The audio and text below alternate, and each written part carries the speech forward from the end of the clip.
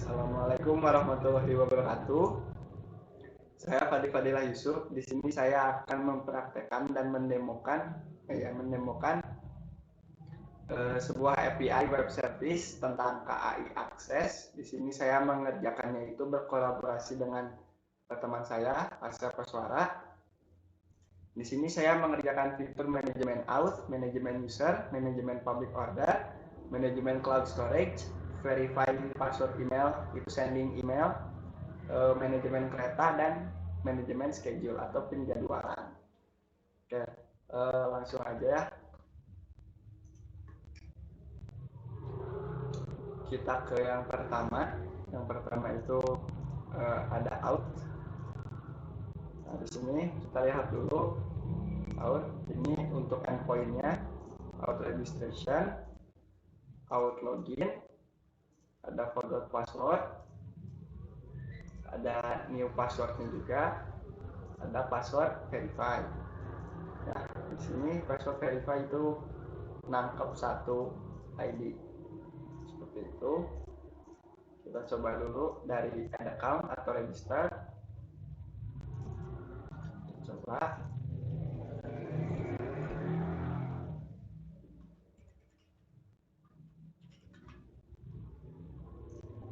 Send.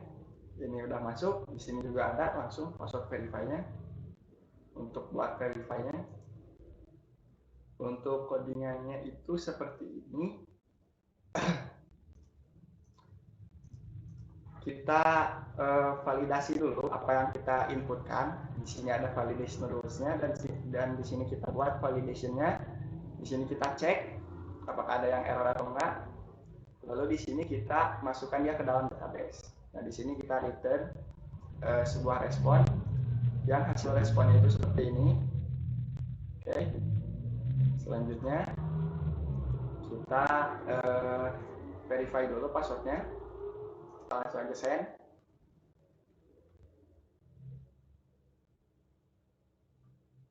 Nah, di sini udah, silahkan cek email Anda. Jika saya cek email saya yang tadi, ini sudah ada, dan ini itu endpoint untuk melakukan login. Seperti itu. Ini juga. Dan untuk codingannya itu seperti ini. Kalau kita menggunakan Lumen, kita itu harus menginstal sebuah package yang namanya Illuminate Mail ya. Kalau kita menggunakan Laravel itu nggak by default, sepertinya ada. Seperti itu. Di sini kita cari dulu usernya sesuai ID yang tadi kita kirimkan. Kita taruh nama dan emailnya. Di sini ada data untuk emailnya, nanti dikirim. Di sini ada function yang sudah disediakan dari Illuminate Mailnya. Seperti itu. Terus ini email menunjukkan ke resources email, tampilan nanti untuk body di emailnya yang kita kirimkan. Seperti itu. Terus kita masukkan ini ada ke to email ini, terus namanya ini, subjeknya buat login gitu ya, dan ini message-nya. Terus seperti itu kita responnya itu ini doang, seperti ini ya, responnya seperti ini. Ini juga udah masuk ya ke sini. Oke, selanjutnya kita coba login ya. Coba login. Ini tadi Fadli Yusuf 22 itu. Kita coba login. Nah, ini ada token ini dibuat untuk token perizinan lah. Nanti kita akan menggunakannya di setiap yang membutuhkan endpoint yang membutuhkan izin login gitu ya, out lah bisa kita sebut lah. Di sini untuk codingannya seperti ini. Kita validasi dulu apa yang kita inputkan benar atau enggak. Terus di sini dicek apakah sesuai atau enggak email dan passwordnya yang ada di database. Kalau sesuai kita ngasih si tokennya. Di sini juga kita menggunakan package yang bernama JWT out. Nah, ini bisa dicari di Google, ada. Seperti itu. Ini responnya seperti ini. Ini Ini kita copy ya, karena ini kita akan menggunakannya. Selanjutnya ada manajemen user. Di sini endpointnya get user, admin user, send. Ini tentunya di sini aja ya. Verif token, kita isikan token. Gitu ya. Nah di sini harusnya desain ini udah bisa, udah ada ya. Untuk codingannya itu di sini dan yang indeks ini ya. Karena jika kita lihat di endpointnya itu user index, method index itu ini ya, bukan ini kita hapus ya. Kita membatasi menjadi 5. Jadi nanti kalau lebih dari 5 atau 6 itu ada next page URL-nya nanti. Dan kita mengkonversikannya ke arah itu seperti itu. Selanjutnya yang get one user.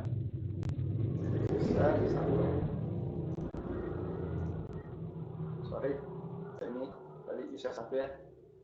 Ini tokennya masukin seperti biasa. Ini udah ada. Ini orders itu karena ada relasi ke tabel ordernya ya. Nanti kita bahas. Oke, saya berhasil get all sama get one user. Ini show untuk nama functionnya. Kita cari dulu sesuai ID yang kita passing dari endpoint tadi. Terus ini eager loading dari Laravel. Kalau di query builder itu sama kayak join ya. Jadi nanti kita bisa nampilin si ordernya juga sesuai ini user yang kita cari. Seperti itu.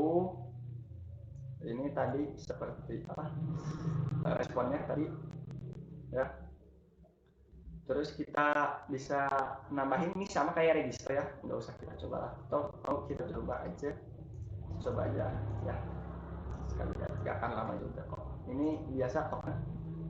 Kita send aja langsung yang ini. Ini example data ya. Udah masuk juga ya. Udah masuk. Oke. Selanjutnya ada update user juga. Kita update yang 2 tadi. Jadi mulai install langsung send aja. Seperti biasa tokennya. Oke, kita refresh lagi. Ini harusnya ganti ya. Nah, udah ganti ya. Untuk codingannya itu kita cari dulu tentunya usernya yang mau kita update-nya sesuai di endpoint ini ya, ditangkap di sini nanti. Terus kita timpa dengan apa yang kita masukkan di request yang ini. Nah, kita timpa nih, kita save, ubah di database seperti itu. Responnya seperti ini. Kita juga bisa mendelete-nya ya. Ini hapus dulu. Nah ini kita delete aja yang tadi, yang dummy seperti biasa token tadi ya. Jika kita refresh sudah tidak ada. Untuk codingannya itu seperti ini. Kita cari dulu tentunya user yang mau kita delete, lalu kita user delete ya. Dan untuk responnya seperti ini, biasa aja ya. Oke, berhasil. Nah, untuk manajemen user kurang lebih seperti itu. Tapi di sini ada satu lagi. Ini itu menyatu dengan manajemen cloudinary atau cloud storage. Di sini perlu ada beberapa yang disetting. Untuk di EMP-nya ini kita harus memasukkan ini cloudinary APK, APC script dan cloudinary-nya. Nah, untuk codingannya itu seperti ini karena kita akan mengupdate ya. Kita cari dulu nih data yang mau diupdate, nanti foto profilnya. Terus kita kasih kondisi di sini. Kalau kita memasukkan file, request file ini, file picture ya, kita mau masukin filenya. File, kita kasih kondisi lagi. Kalau si user picture itu sama dengan 0, kita masukin nih baru. Kalau udah ada, nggak 0 gitu ya, berarti nggak 0 kan. Berarti kalau udah ada, kita delete dulu nih yang ada di si user ini tuh. Di cloudinary-nya kita delete dulu, baru masukkan lagi yang baru. seperti itu.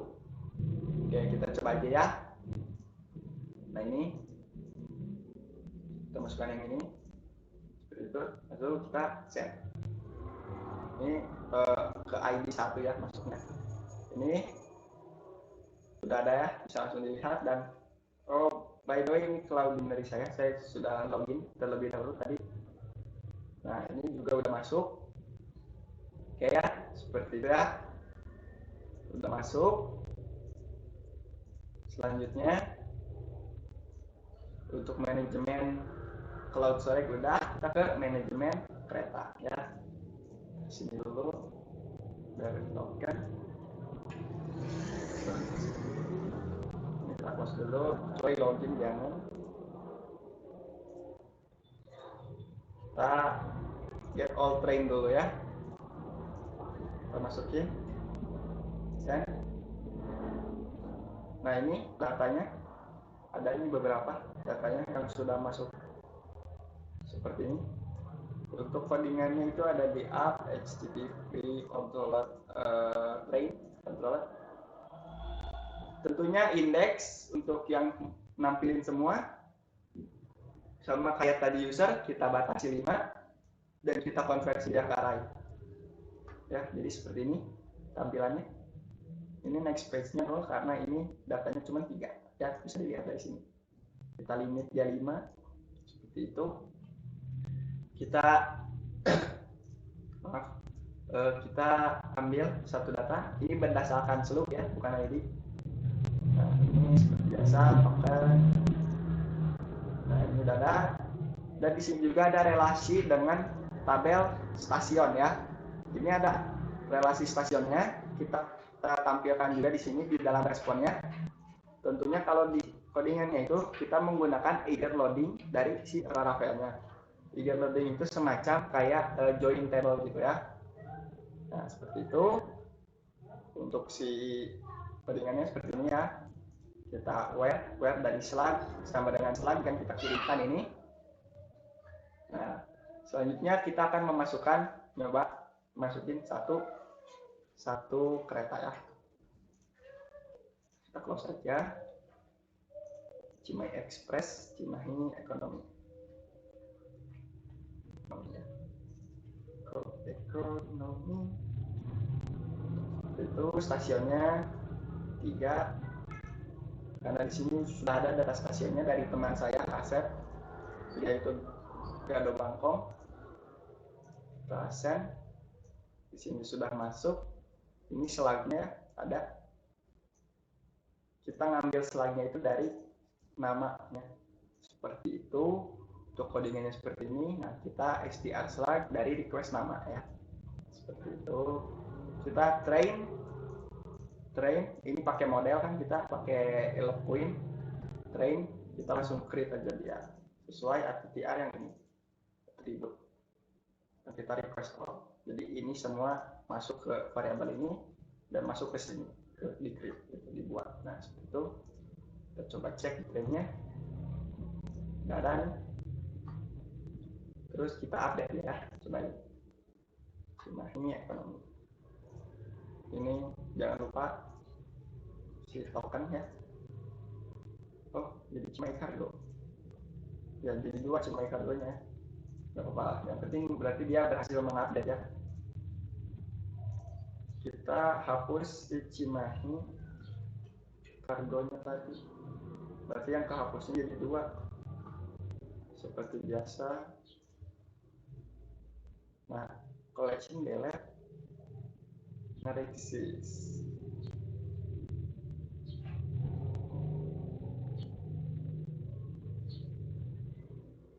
Nah, kita ganti first. Dan kita coba lagi ya. Nah, ini sudah sukses. Ada salah codingnya tadi sedikit. Kehapus satu ternyata.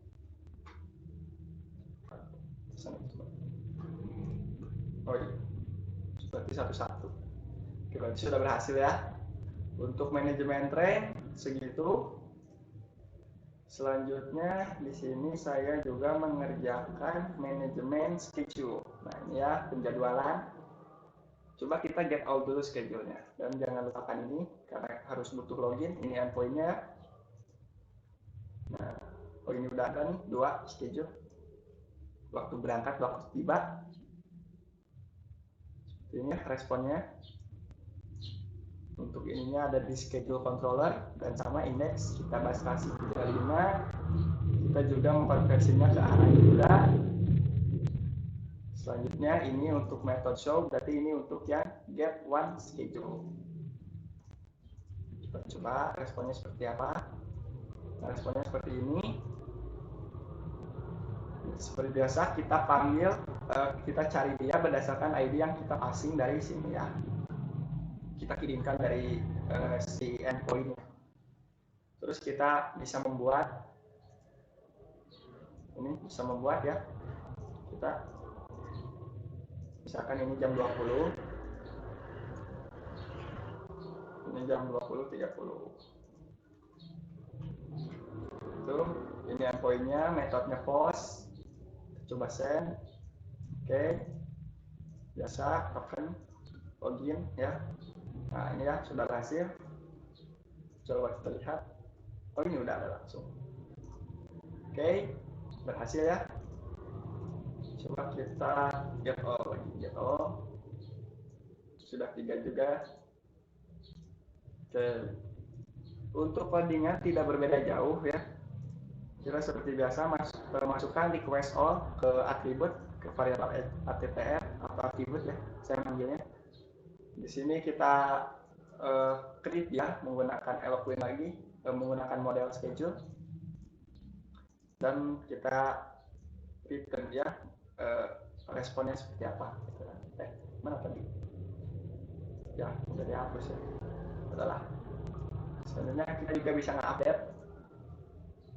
Nah, untuk yang ini coba kita update ke ya, dan ke 21 misalkan, ke jam 9.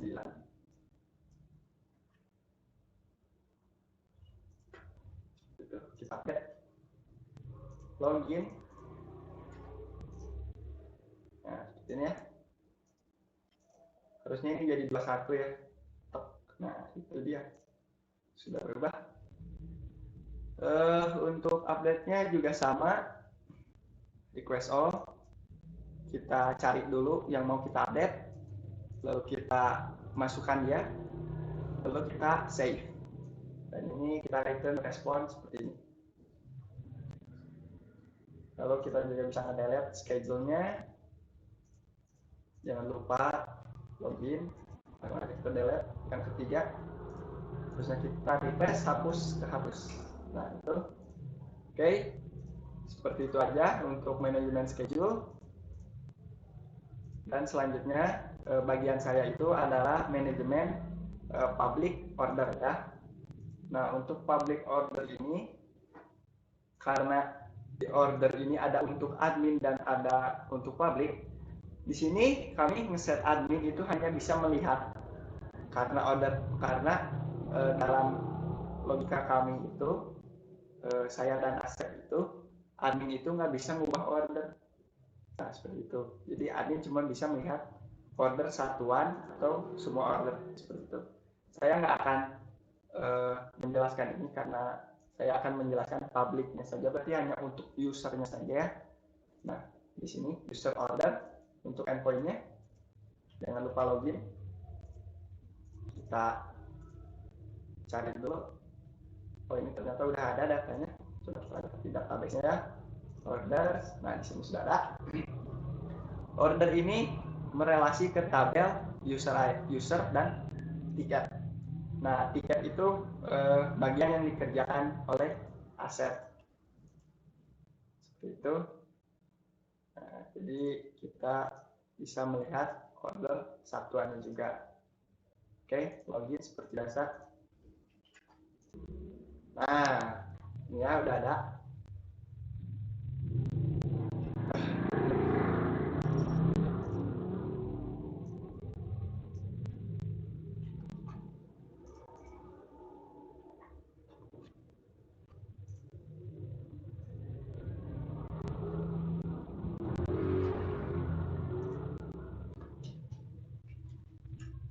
Ini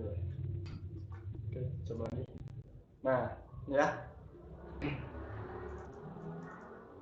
Maka ini menu.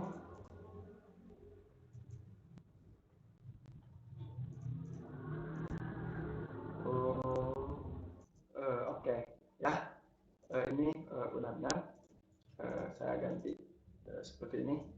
Ini kayaknya find-nya bisa sih. Tadi itu kan sempat find ya. Ini juga sebenarnya bisa. Ternyata ininya kita ganti first. Nah, ini harus get, nggak bisa first, tapi hasilnya jadi 2. Coba nggak usah kita lihat seperti ini ya. Berarti emang harus pakai web.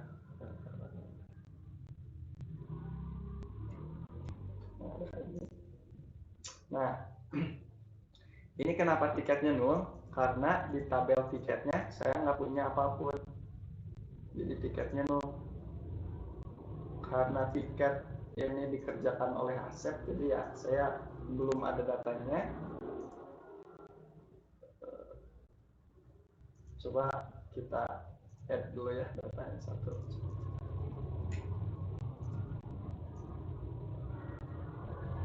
Ini schedule location ya, dan datanya udah. Kita coba lihat, coba kita ubah yang di sini yang order tiketnya 1 nih ya, berarti yang 4 kita jadwal. Nah yang 4 ini kita set. Nah ini udah ada nih sekarang tiketnya ya, udah muncul. Tadi karena saya nggak punya nggak punya tiketnya, jadi nggak muncul apa-apa, jadi munculnya 0 gitu karena nggak ada apa-apa. Oke gitu ya. Ini untuk codingannya saya menggunakan web, pakai eager loading lagi untuk 2 relasi, dan saya ambil tuh. Selanjutnya kita mau meng-add lagi ordernya di sana. Ordernya kita add lagi. Di sini tiket ID-nya 1 sama kayak yang tadi, kita send. Oke, login.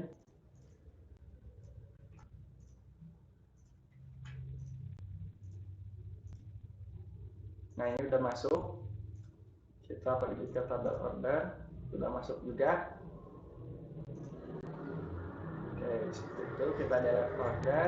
Misalkan kita delete yang 2 kan. Login seperti biasa, token. Nah, karena di sini ID order 2-nya nggak ada ya, jadi kita delete yang 3. Nah, sukses tuh. Nah, oke, berhasil.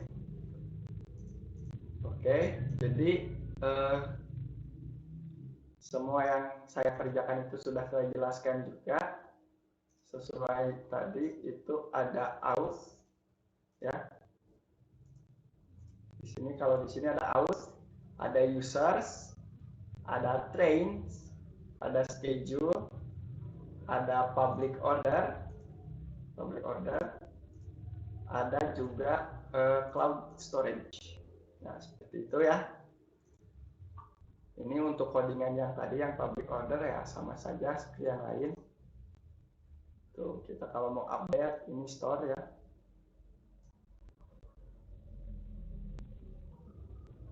Store mau delete sama seperti itu.